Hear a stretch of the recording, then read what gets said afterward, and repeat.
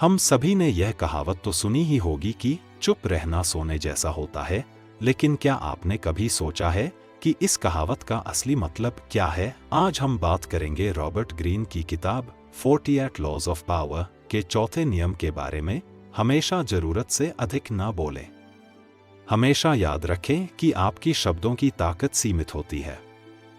जब आप जरूरत से ज्यादा बोलते हैं तो आप न केवल अपनी स्थिति को कमजोर करते हैं, बल्कि दूसरों को आपके इरादों के बारे में भी बता देते हैं। जब आप ज्यादा बोलते हैं तो लोग आपके शब्दों को समझने और उनका विश्लेषण करने लगते हैं, जिससे आपके खुद के रहस्यों और योजनाओं का पता चल सकता है। कभी कभी चुप रहकर और सीमित शब्दों में अपनी बात कहकर आप अपनी शक्ति बनाए रख सकते हैं। उदाहरण के तौर पर, जब आप शांत रहते हैं तो आप न केवल खुद को एक रहस्यमय व्यक्तित्व के रूप में प्रस्तुत करते हैं, बल्कि दूसरों को यह सोचने पर मजबूर करते हैं कि आप क्या सोच रहे हैं। सोचिए, एक प्रमुख नेता के बारे में जिसने अपनी योजना के बारे में खुलकर बात नहीं की।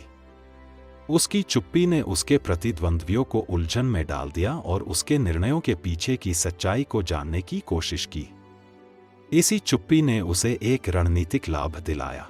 इस नियम को अपनाने के लिए जब भी आप किसी महत्वपूर्ण बातचीत में हों तो सोच समझ कर ही बोलें।